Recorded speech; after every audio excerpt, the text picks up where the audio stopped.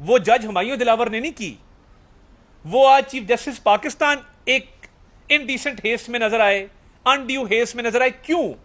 और मैं ये बात मेरिट पे करता हूं, मेरा दिल दुखी है as a student of law. यानी आपको अगर इतना लगाव है इमरान खान साहब से और आप समझते हैं, आज आपने गुस्से में वकील को कहा कि क्यों ना उनको रिलीज, वो नजर आ रहे हैं कहीं, यानी आपको ये भी तवक्को थी कि शायद नजर ही आ जाए कोर्ट रूम के अंदर, दोबारा मौका मिल जाए गुड टू सी यू कहने का। लास्ट टाइम जिस्मानी रिमांड पे तहकीकाती इदारे की तहवील से छुड़वाया, और इस दफा इस्लामाबाद हाईकोर्ट के तो आपने हाथ बांध दिए ना। मुझे ये बताएं, इस्लामाबाद हाईकोर्ट ने कल अपील सुननी है, आपने जो आज किया है केस के साथ, उसके एक एक मेरिट को डिस्कस करके, उसकी फाउंडेशंस को शेक करके, कौन जूनियर जज ये हिम्मत या हौसला करेगा कि वो आपके जो आज आला इरशादात थे उनकी खिलाफ वर्जी की जुर्रत करे? कौन जूनियर जज ये जसारत करेगा कि आपके फरमुदात की खिलाफ वर्जी का ख्याल भी अपने जहन में लाए? और ये इतनी बड़ी नाइंसाफी है कि ये नहीं देखा कि जज हुमायूं दिलावर अकेला नहीं है, इसमें एक जज जफर इकबाल भी था। मैं आपको याद दिलाना चाहता हूं, ये मत भूलिए कि ये मुकदमा तोशा खाना का 11 माह चला है। 11 माह ये उजलत में फैसला नहीं हुआ। मुझे कोई और मुल्जिम बता दें जिसकी 40 से ऊपर हाजिरी माफी की दरखास्तें मंजूर की गई हों। कोई और मुल्जिम बता दें जिसका मुकदमा जिसमें 2 या 4 गवाह हैं वो 11 माह चला हो। कोई और मुल्जिम बता दें जिसका एक जज जो है उस पर प्रेशर डाल के उसको चेंज करवाया गया हो और दूसरे जज को गालियां देकर उसकी जाली फेसबुक पोस्टें बनाकर उसको अंडर प्रेशर लाया गया हो। कोई और मुझे केस बता दें। आज कहा गया जी उजरत में किया गया है, आपकी बारी आ जानी थी। मेरा ख्याल है डर यह था कि शायद रिटायरमेंट नजदीक है तो ये इस्लामाबाद हाईकोर्ट अपील को लंबा ना कर दे, मेरे जाने के बाद मेरा महबूब जो है वो सुप्रीम कोर्ट में ना आ जाए। अगर मेरे जाने के बाद मेरा महबूब सुप्रीम कोर्ट में आता है तो मुझे उससे उसका दीदार करने का मौका नहीं मिलेगा, उसको रिलीज करने का मौका नहीं मिलेगा। आप जरूर रिलीज करें, मगर देखें एक प्रोसीजर है। आप इस्लामाबाद हाईकोर्ट की, और इस्लामाबाद हाईकोर्ट ने लंबी तारीख नहीं दी। इस्लामाबाद हाईकोर्ट ने क्या किया? इस्लामाबाद हाईकोर्ट ने 1 दिन की तारीख दी है, यानी गुज़िश्ता कल मुकदमा लगा हुआ था, आइंदा कल की तारीख है। आइंदा कल वो मुकदमा अपील और सेंटेंस सस्पेंशन जो सजा की मुअत्तली है वो कल सुनी जानी है। अब अगर सुप्रीम कोर्ट ये जानते बूझते हुए कि इस्लामाबाद हाई कोर्ट ने शॉर्ट डेट दी है, अपील को सुनना है, सजा मुअत्तली की दरखास्त को सुनना है, आज आपने मेरिट्स में जाके पाकिस्तान की तारीख की सबसे बड़ी नाइंसाफी की कि आपने केस के मेरिट डिस्कस किए जो आपका इख्तियार नहीं था, जो आपका इस्तेकाक नहीं था। आज आपने मैसेज दे दिया कि, और गुस्से में दिया कि हम इसको छोड़ना चाहते हैं। जब आप ये मैसेज देंगे, तारीख बिल्कुल उलट है। पनामा के अंदर सुप्रीम कोर्ट के जजेस का एक बेंच बनाया गया मॉनिटरिंग के तौर पे मियां नवाज शरीफ को सजा दिलवाने के लिए, और इधर आज एक मॉनिटरिंग बेंच बैठा है सुप्रीम कोर्ट का इमरान खान की सजा खत्म करने के लिए। तो ये जाने से पहले जो आपकी ख्वाहिशात हैं, ऑलरेडी आपकी फैमिली का एक बायस है, आपको रिक्यूज करना चाहिए। आपकी मदर इन लॉ की ऑडियो आने के बाद कि वो जलसों में शरीक होती हैं, वो ना सिर्फ जलसों में शरीक होती हैं, वो आपके साथी जजेस को फोन करती हैं, मैंने मुनीब से भी बात की है, मैंने फलां से भी बात की है। आपकी फैमिली का क्योंकि एक ताल्लुक है और वो जलसों में जाते हैं और आपके साथ बातचीत करते हैं केसेस के ऊपर, आपको ये केस नहीं सुनना चाहिए था। इसी तरह मज़ाहिर नकवी साहब हैं, आला हजरत, उनको भी ये केस नहीं सुनना चाहिए था।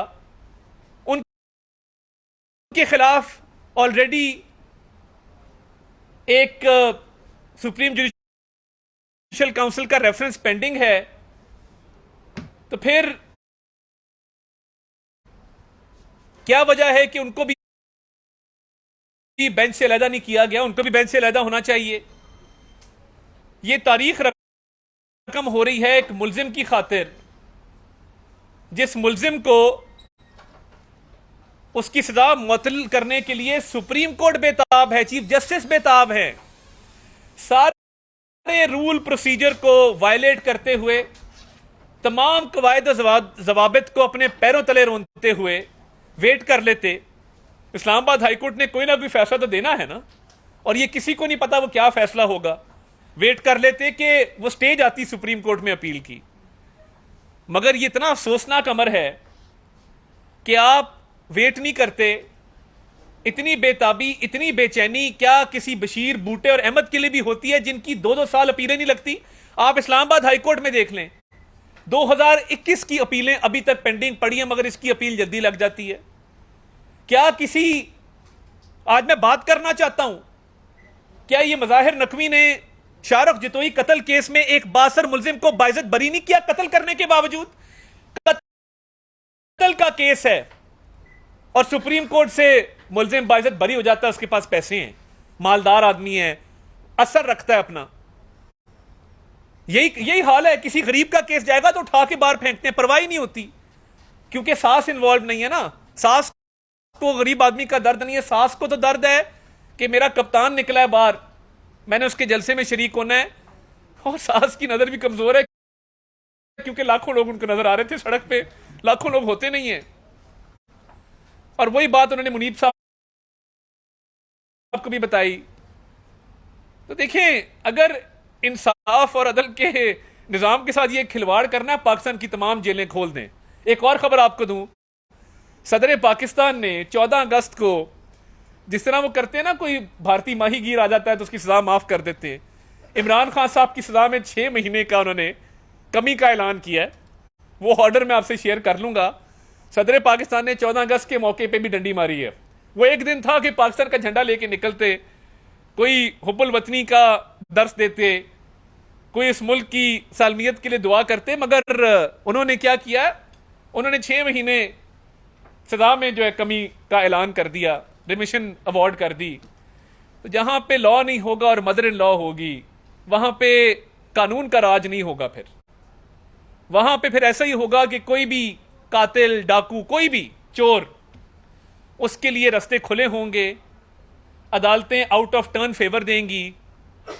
और मैं, चलें पहले तो बतौर वजीर बात करता था ना, आज मैं एक पाकिस्तानी शहरी के तौर पे ये बात कर रहा हूं, और शायद जब मैं कुर्सी वजारत पे था उससे ज्यादा जोरदार बात कर रहा हूं, क्योंकि हमने इसी अदलिया के कॉज के लिए मारे खाई हैं, डंडे खाए हैं, जेलें बर्दाश्त की हैं। हमारा भी कोई कंट्रीब्यूशन है रूल ऑफ लॉ के लिए इस मुल्क में। तो मैं ये समझता हूं कि आज चीफ जस्टिस ऑफ पाकिस्तान ने जिस बायस का इजहार किया है, उनको फौरी तौर पे इस केस से अलहदा हो जाना चाहिए। और लगता है कि एजाजुल एहसन साहब और मुनीब साहब शायद अवेलेबल नहीं थे, वरना वो साथ बैठे होते। लगता है कि वो शहर से बाहर थे।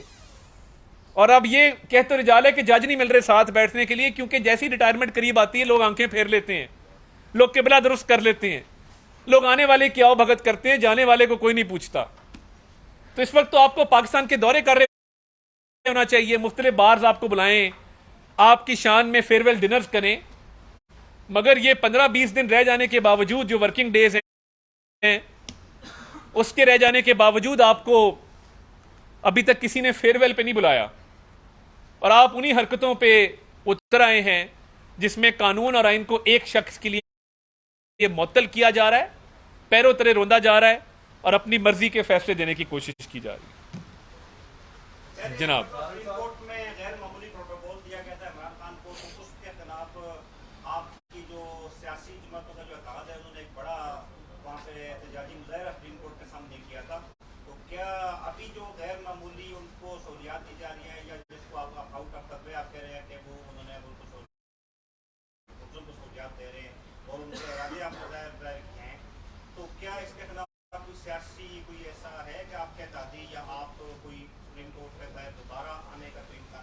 नहीं देखें, शर्म किसी को एक दफा दिलाई जा सकती है ना, रोज रोज किसी को आईना दिखाएं, शर्म दिलाएं। अब कोई शर्म ना खाता हो तो ये बाजार से तो नहीं मिलती कि खरीद के 2 पाव शर्म लाके किसी को लिफाफे में डाल के आप दे दें। तो शर्म तो एक ही दफा दिलाई जा सकती है, और आईना भी एक दफा दिखाया जा सकता है। ये जो इश्क होता है ना, ये इंसान को फना कर देता है, इंसान आग में कूद जाता है, इंसान थल के सहराओं में फना हो जाता है। तो ये इश्क की कीमत जो है वो मैक्सिमम भी अदा करनी पड़े तो ये नजर आ रहा है कि ये इश्क की कीमत अदा हो रही है। ये जो केस है तोशा खाना का, ये इलेक्शन कमीशन ने किया हुआ है और बाकी मामला उनके अपने एमपीटीआई की 26 करोड़ आवाम में जब भी मामला होता है आप तोशा खाना उस मामले को लेते हैं, आपका क्या जैसा इलेक्शन कमीशन और कोर्ट के मामला था। देखिए, एक बच्चा पैदा हुआ है, वो इलेक्शन कमीशन ने पैदा नहीं किया। केस कहां से जन्म लिया केस ने? आपको मैं सिर्फ मालूमात में इजाफा करता चलूं कि केस की शुरुआत होती है जब मुस्लिम लीग नून और पीपल्स पार्टी स्पीकर कौमी असेंबली के पास एक रेफरेंस दायर करते हैं जिसको तोशाखाना रेफरेंस का नाम दिया गया। उस रेफरेंस की बुनियाद पे इलेक्शन कमीशन में केस की समाअत होती है और उस रेफरेंस की बुनियाद पे एक फैसला आता है जिसमें इमरान खान साहब को बतौर एमएनए नाअहल किया जाता है। उस रेफरेंस की बुनियाद पे ईसीपी एक criminal complaint session court Islamabad में फाइल करता है जो फाइनलिटी अटेन करता है और कन्विक्शन में रिजल्ट करता है। अगर हम रेफरेंस दायर ना करते तो ये केस नहीं होना था। अगर हम इसकी निशानदही ना करते, इस चोरी को ना पकड़ते, तो इलेक्शन कमीशन शायद ये केस ना कर पाता।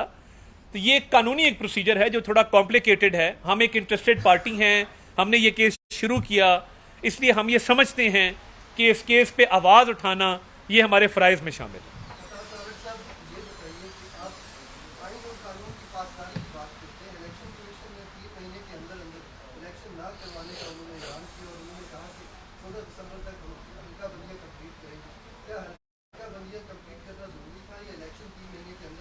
देखिए, ये एक कानूनी डिबेट है जिसके अंदर आइन के अंदर ये बात दर्ज है कि जब मरदमशुमारी होगी तो हल्का बंदियाँ उसका एक नेचुरल कॉन्सिक्वेंस है और हल्का बंदियाँ ज़रूरी हैं।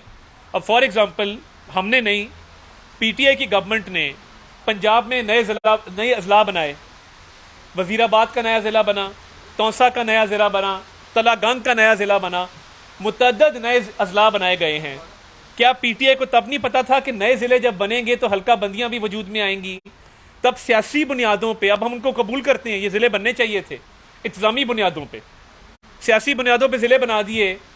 तो ये तो सियासी जमात को ख्याल चाहिए था जो अजला पे अजला बनाई जा रही थी। तो ये एक आइनी रिक्वायरमेंट है जो पूरी होनी है। बतौर सियासी वर्कर मेरा ये मानना है कि इसको जल्द अज जल्द इलेक्शन करवा देने चाहिए और जितनी जल्दी होंगे उतना फ़ायदा है। तो मैं अगर हल्का बंदियाँ, क्योंकि एक आइनी रिक्वायरमेंट है, वो भी पूरी होनी चाहिए।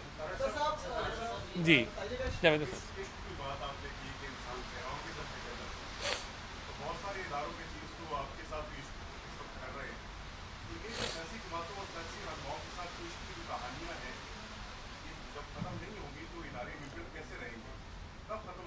नहीं मैं नहीं समझता। देखिए, बात बड़ी क्लियर है। मुस्लिम लीग नून ने और पीपल्स पार्टी ने एक चार्टर ऑफ डेमोक्रेसी किया, कुछ सोच समझ के किया, कुछ सीखने के बाद किया, मगर उसके बाद जनूबी पंजाब महाज बना। उसके बाद एक शख्स के जलसे फैसिलिटेट हुए, एक शख्स को ऑल आउट सपोर्ट दी गई, हमें दबाया गया, सजाएं दिलवाई गई। तो न्यूट्रलिटी तो वो होती है ना कि आप किसी की हिमायत ना करें। तो हम तो समझते हैं कि जब अप्रैल में 2022 में कहा गया कि हम न्यूट्रल हो गए, हमने तो मान लिया ना इस बात को। क्या तरीके इंसाफ के सारे इलेक्टेबल्स देखें, राइट लेफ्ट जो खान साहब के लोग बैठे हैं, एक बंदा मुझे बता दे जो नजरियाती हो। हमने तो चले मारे खाए ना, फिल्टर हो गए। हमने 2 अदवार में हम फिल्टर हुए, हमारे वही लोग रह गए जो जेन्युइन थे। हम जेलों में जाके अल्लाह ताला से डर के कहते हो कल को ये वक्त आना है, मैं जो यहाँ बात करता हूँ ये कर्ज है तारीख का, ये उतारना पड़ता है। मुझे अंदाजा है कल को जेल भी जानी पड़ सकती है और कल को इन अल्फाज की कीमत भी अदा करनी है। ये तारीख का एक धारा है, किसी पे अच्छा वक्त है तो किसी पे बुरा वक्त है। मैं बिल्कुल इस बात को समझता हूँ, तारीख के तालिब इल्म के तौर पे, एक स्टूडेंट लीडर रहा हूँ उस तौर पे इस बात को समझता हूँ। मगर शाह महमूद कुरैशी साहब से लेके फिरदौस आशिक से लेके फवाद साहब से लेके जितने लोग दाएं बाएं थे, क्या वो खुद ज्वाइन किए थे तरीके इंसाफ? क्या तरीके इंसाफ एक फितरी अमल के तौर पे सियासी जमात उभर के आई थी? क्या हमने जो 2 फिल्ट्रेशन प्रोसेस से हम गुजरे हैं, क्या हमारे पास अब एक फितरी सियासी जमात मौजूद नहीं है? ये सोचना चाहिए उन लोगों को जो आला कार बने थे और आज मुश्किल में। शिराजी साहब,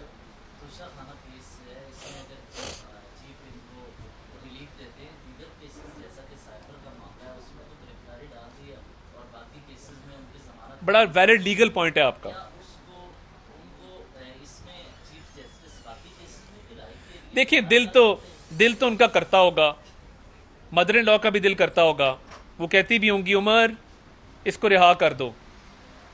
अब उमर पे है और राफिया पे है कि उमर और राफिया इसमें क्या किरदार अदा करते हैं, क्योंकि राफिया को भी उतनी परेशानी है जितनी मदर इन लॉ को है। ये जिनसे साथ ऑडियो थी ना, राफिया मैं बड़ी परेशान हूँ, लाखों बंदा जलसे में आया है, ख्वाजा तारिक रहीम साहब की अहलियाँ हैं, आप भूल गए। तो वो राफिया को भी परेशानी है, मदर इन लॉ को भी परेशानी है, उमर को भी परेशानी है। अब राफिया, उमर और मदर इन लॉ मिल के किस तरह निजात दिलाते हैं ये तो उन पे है। मगर साइफर के केस में कासिम के अब्बा 30 अगस्त तक जुडिशल रिमांड पे हैं। अगर कल उमर, राफिया और मदर इन लॉ मिलके कहते हैं कि रिलीज कर दें तो फिर क्या होगा?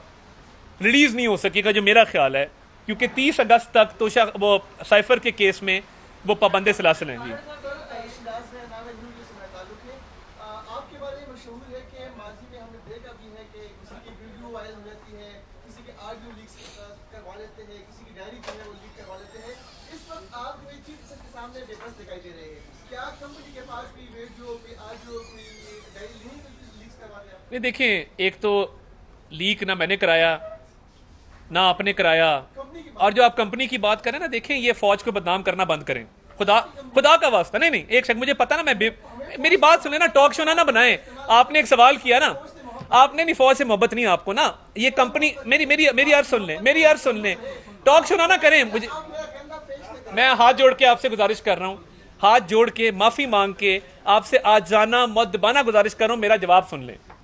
ये जो सोशल मीडिया पे कंपनी करके फौज को बदनाम किया जाता है ना, मैं इस पर भी बात करना चाहता हूं।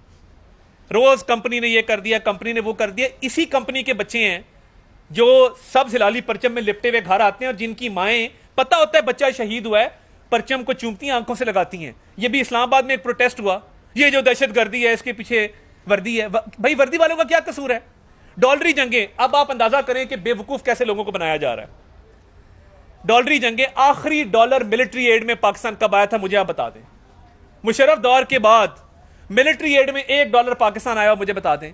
ये कहना कि दहशतगर्दों को, मैं उस पर बात करना चाहता हूं, मैं आपका तफसीली जवाब दूंगा, आपकी पूरी तसल्ली कराऊंगा। मैं उस पर भी आ रहा हूं, जो आपने किया ना, मेरा जवाब ले लें।